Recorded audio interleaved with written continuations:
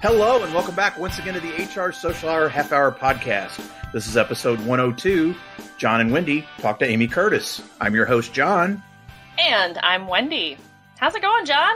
Wendy, I'm great. Great news for the month of February. We are so excited to announce that we are partnered with Humoriso for the month.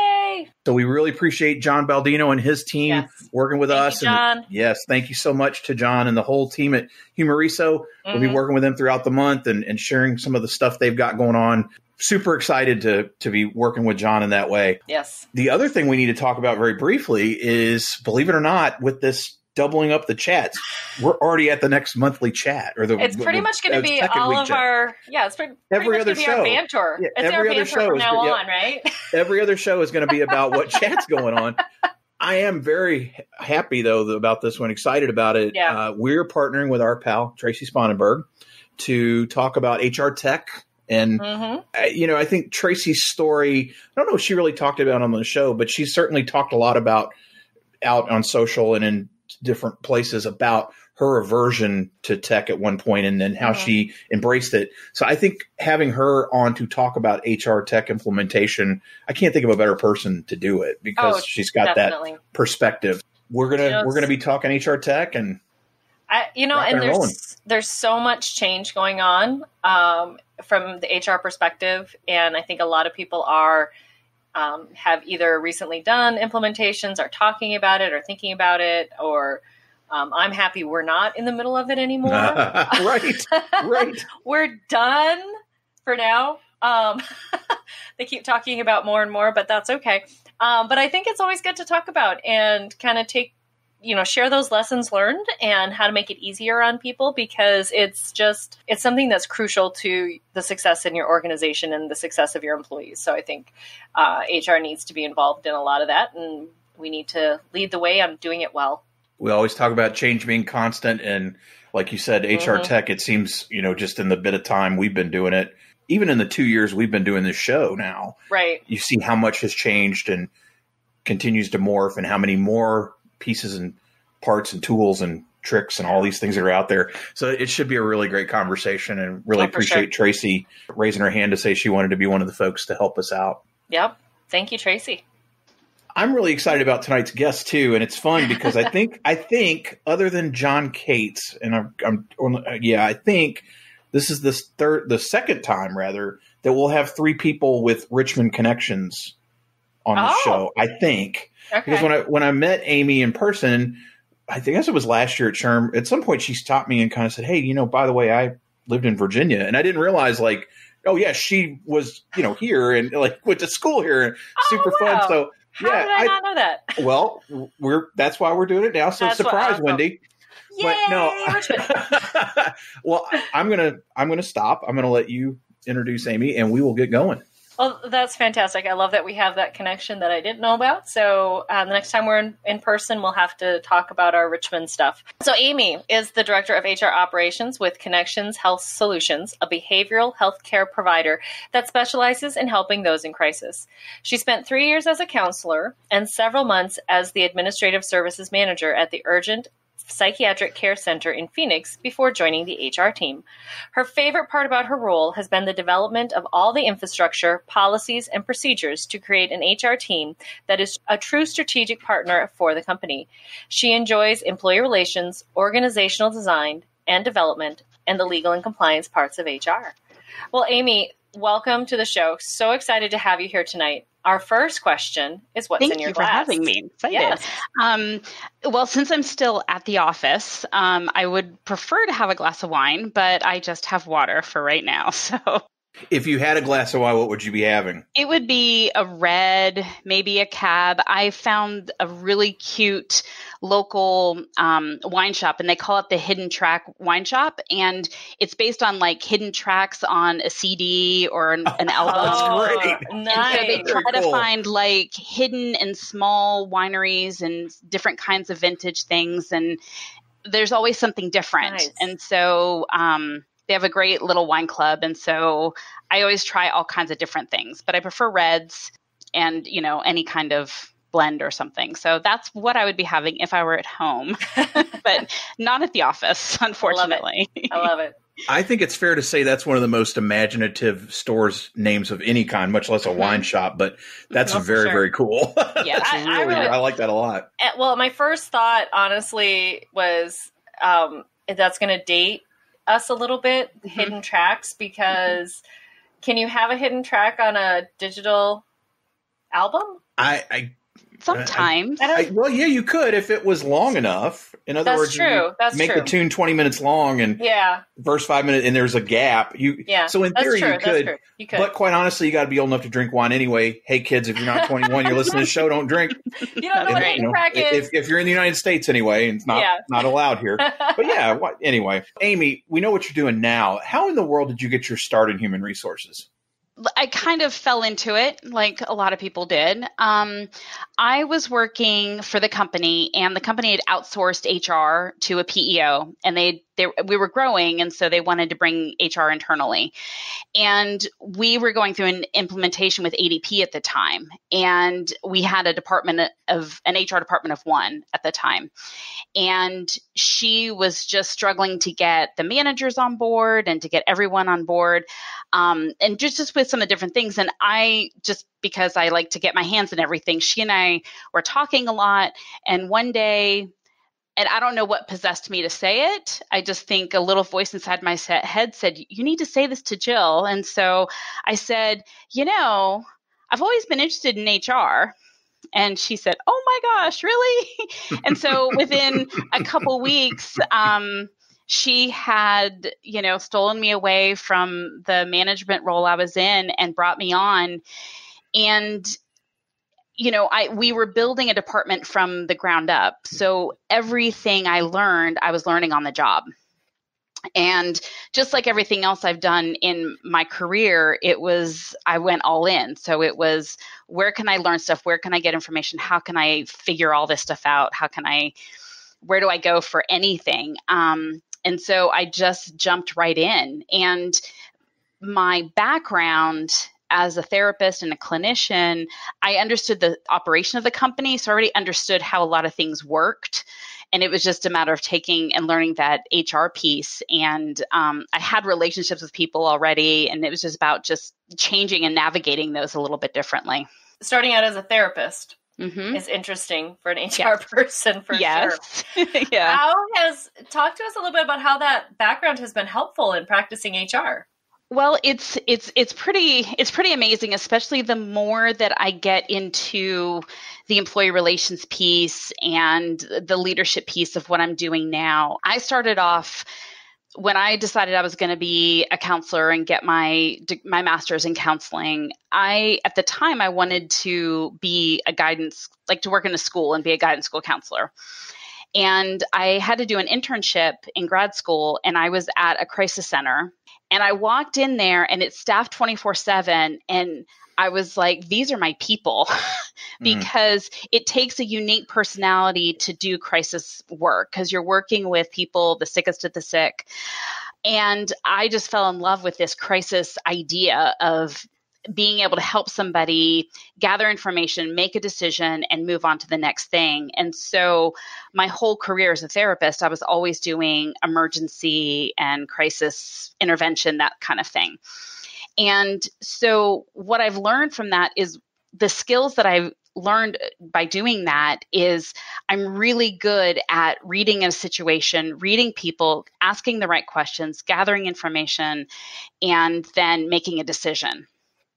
And that's where I think that I've been able to employee relations issues, or if I'm doing an investigation, I can look at all the information that I have and then put it together in a way that makes sense, because that's what I've been trained to do for so long. Reading people and, kind of understanding human dynamics and understanding the whole person, that was all the therapist stuff. And that was all the stuff that it helps me, because all of our employees are people. Everybody has their own stuff. And so, a lot of time it's just about being a good active listener and asking the right questions. And so those are all things that I was trained to do that I use every day. Let's expand on that a little bit. So you mentioned when you made that move to HR, you said you were all in, and you have this background where you really teaches you how to question and to focus on the people piece, which is obviously so important for us. You made the move. What keeps you here? What keeps you in the HR side as opposed to potentially going back and working with people in that other way? Well, I think honestly, I got a little burned out, which is the other piece of working in mental health and especially in crisis mental health, it's really taxing on me. It was taxing on me as a human being to constantly be hearing these stories and the situations. And I'd kind of there was a point I kind of forgot that there were like normal, healthy people out there. And it was affecting, my own relationships and my kids. And it's just one of those things, like I knew that I needed to break away, but I didn't want to leave the helping I didn't want to stop helping people. I'm really happy to be working for this company that does what I have done my whole career, is helping people in crisis. And I'm helping people who are doing the work that I used to do. For me right now, it's about my role. I see it a lot as removing the barriers and getting stuff out of the way so that the people that work for us can do because what they need to do is so much more important than anything else. They've got to have the focus and the attention, and it's really, really important that they can just do their work because it's really, really difficult. I'm sure there's a perspective or an appreciation from the people that you work with that, Wendy and I can't say, oh yeah, I've been there, done that. Mm-hmm. Right. Some of the things that we do, right? Mm-hmm. That's I'm sure it presents a unique perspective and appreciation for your coworkers and those that you are working with to get them in the best place. Yeah. How do you help those that have that feeling of burnout like you had? How do you help get them through that? I think it's about, especially because we're a small company that's growing, it's about realizing that there's other opportunities within this company. So if I've talked to people, I'm one of a handful of people that have come from other roles into administrative roles. One of my generalists, actually, she started off as somebody who reported to me she was a receptionist, or like one of the front office admin people at the facility. And she has moved into HR too. And so I think the managers, we all pay attention to what's going on with our employees and help them find other opportunities. And so it's the whole succession planning, and all of this is stuff that we're working on and developing as our company's growing. I love that. I love that you have pathways for your employees. We're working on it. So they can stay with you. And I think that's one of the areas, I know that's something that we're working on where I am is, how to help people see where they can go from here. And I've actually used Jon's website, his employment website a little bit, because they have those pathways and the different ways that you can move around and through your organization. And I love when people do that. And I think more of us as HR professionals need to do that. We need to see that, and only because I'm in TA, I'm in talent acquisition, that we forget that talent acquisition is also internal, and helping people get around and move. So I love that you're doing that. And I love that you're talking about how to, helping them in that way to see where can they be beneficial and that they're still helping people. I'd like to point out very quickly that Wendy's talking about my day job website, not my personal website or anything. I'm doing career development. Just throwing that out there for those of you that may be confused, like, what is she talking about? Right. Sorry. Jon's day job. We do try to keep those separate, but I have to say, I love how it's set up to help people, find those pathways, because sometimes you come in and you think, oh, I can only do this, where, you could start out as a receptionist and end up, in your case as a therapist, if we help people do that. So helping people find where they can find the most use of their time, and feel productive and a part of the organization. So I love that. Kudos.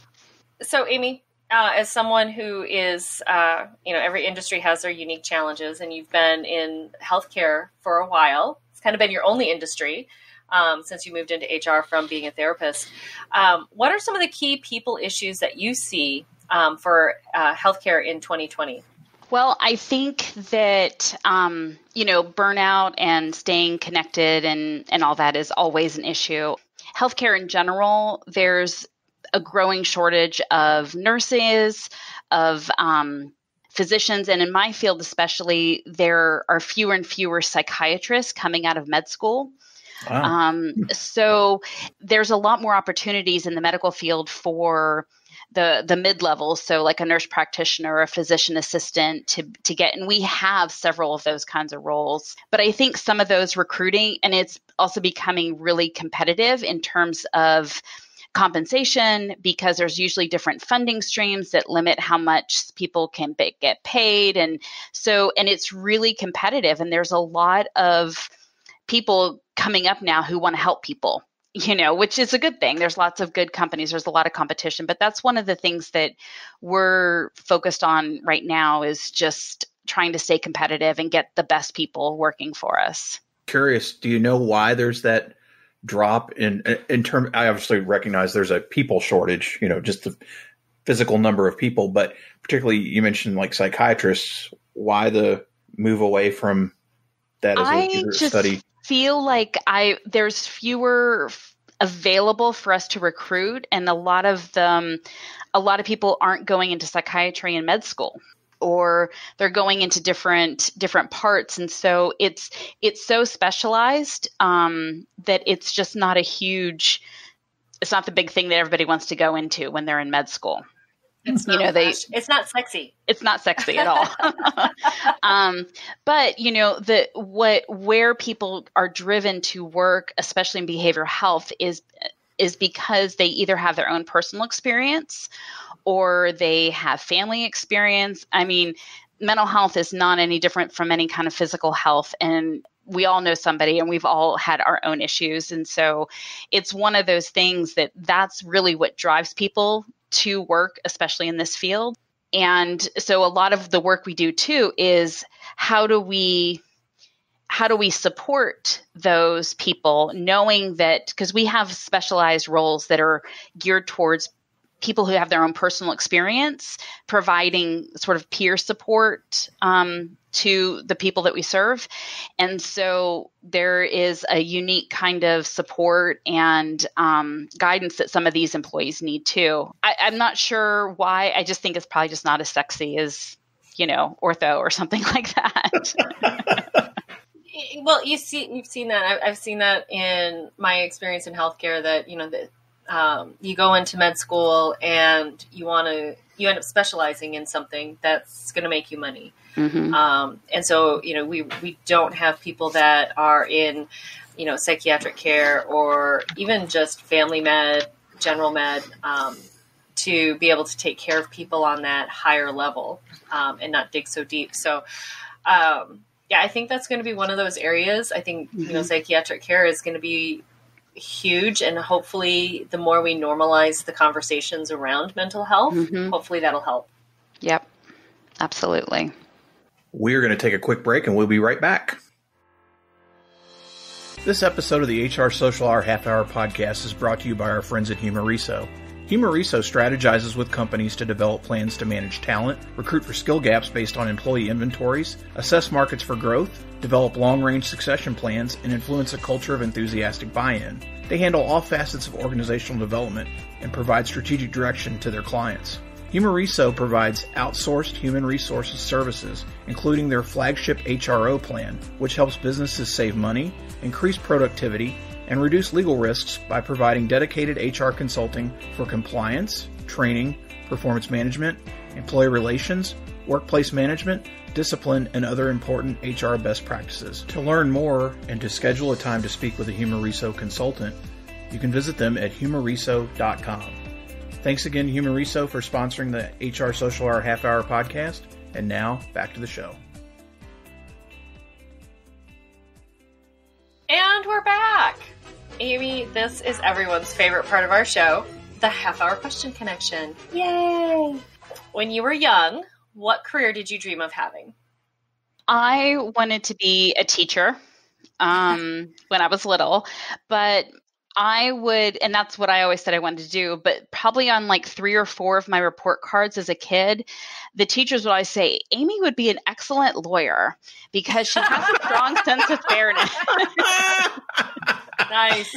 And so apparently I was always sticking up for the underdog and was always trying to fix all the problems, which again, is what I do a lot. So, but I wanted to be a teacher. And that was actually when I went to school, when I went to Randolph-Macon outside of Richmond, is I had an education minor. And so I had my teaching license that I graduated with. But then life just took me elsewhere. So, as it does. As it does, yes. Amy, who's one person you've gained in your network in the last year you think more people should know? I'm going to say Paul Lalonde. I just think that when I met him last summer at Sherman Vegas, and just the connections that I've had with him, I just think he's fantastic, and he has such great insights. And I feel like he's somebody who is really just coming into, he's just continuing to grow and grow, and I'm just very impressed and glad to know him. We would second that. Yeah. We would certainly second that. Yes, fantastic guy. Really, really enjoy Paul online and in person. Both, yep, for sure. So, Amy, a new HR professional asks you for one piece of advice. What do you tell them? I think, because I have one working for me, asking a lot of questions. And the other thing I say a lot is getting comfortable with the gray. Because we live sometimes in black and white, but we spend a lot of time in the gray and a lot of time gathering and trying to make decisions. And it's a hard place to be for some people. And I think that it's sort of, you've got to get used to just being there sometimes. You've been running around with Christy Engler, haven't you? I think I've heard that before. That a lot, though. I'm trying to remember who was using that. Trying to remember that. Amy, how do you enjoy giving back to the HR community? I'm just sort of getting my feet wet in that. One thing I just started doing after I got my my certification, last summer I was helping SHRM with the exam development and being a part of that exam development process. And I'm hoping to do some more again this year. So I enjoy doing that. I just finally was able to have some time to join the local SHRM chapter. There's some volunteer opportunities and some other opportunities that I'm looking at to start getting more involved in that. Awesome. What's your favorite movie? That's a hard one. I like the hardest question of the night. I know. I like anything. I like good epic stories. I love the whole Marvel stories and all of that, all of the whole Star Wars story. So I just like any of those that go from start to finish and there's a great story in there. But, for most of my life, Breakfast at Tiffany's is one of my favorites. Oh, and great. That's one of the ones that I can always watch over and over again. And then that one and The Princess Bride. So those are good choice. Yeah. Good choice. How about your favorite musician or band? Okay, that one's even harder. I joke around a lot that I like music more than I like people, which is funny, coming from an HR person. That's okay. That's okay. But there are so many performers that I love seeing. Right now it is the Avett Brothers, Matt Nathanson, Coldplay, and there's somebody else I'm forgetting, but that's, it's anybody that I can see live. And I enjoy doing that. How about a favorite TV show? Again, we're going to go with like the epic stories. I was a huge fan of Game of Thrones. Anything that tells a story. I was kind of bummed that that's over now, but I was watching, I don't have cable either. So anytime I watch something, I kind of binge it. So I've been watching The Handmaid's Tale and some of those. And I was watching This Is Us, and I really want to start watching it again. I had to stop for a while, but that's kind of on my list to get watching again. We're going to get sponsorship from those people at some point. I know. Oh my gosh. I know. I think you're now the 15th person that's talked about that show. Yeah. Yes. Yeah, people love that show. I have not started it. As much as I don't mind a good cry in a good show, I just feel like This Is Us has a lot of that, and I don't know that every time I sit down to watch a show, I need to. Right. That was why I stopped, because I just, I got to the point where I just like to be entertained, and so the epic stories are really what I love. No, I have to agree with that. I love a good storyline, and I just love a good story. Yep. I enjoy the sitcoms, but I do like the shows that kind of have that overarching story to take you from start to finish. Yep. Let me go on record by saying you mentioned the Marvel movies, and if you like storytelling like that, go watch Arrested Development if you haven't. Oh yeah, because there's a good one. That is a show. The Fox series, the Netflix stuff's marginal, but that Fox series that had an overarching story from the beginning to end is one of the funniest things ever. And the Russo brothers came out of there, and they went on to direct all these Marvel things. So if you like epic storytelling. I need to watch that one again. For a sitcom, it is. I need to restart that one. You can watch the Netflix stuff, but if you watch what was the original series, literally the first episode opening to the last episode end, it's beautiful. Like it's one of my favorites of all time, and it is epic storytelling from a comedic perspective, I believe. If you're not watching these epics, if you're not listening to these bands that you can see live, which I do like that idea, or if you're not watching these epic television shows, what else do you like to do outside of work? Well, that's, anything that I can do with my kids, whether I love building Legos with my son. It's one of my favorite things to do. If he's like, I got a Lego, I'm like, yay. So it's doing that. It's here in Phoenix, the hiking is incredible. So getting outside, going for walks, it's just, and I don't have a lot of free time. So I try to capitalize that on spending time with my kids. And I like to do things like events. So I'm more of a person, I'm going to save my money and spend it on taking my daughter to a Broadway show when they're here, and taking my son to do something, to an event. So anytime I can just do something. Finally, Amy, it is Amy Curtis Day all around the world. Yay. What are we doing to celebrate? I think we're at a huge music festival. And I love it. Yes.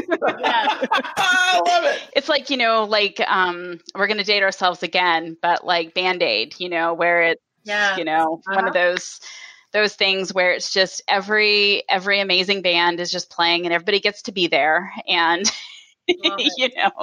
I love it. Yes, that's what we are doing. And we are eating cheese and wine and crackers and bread and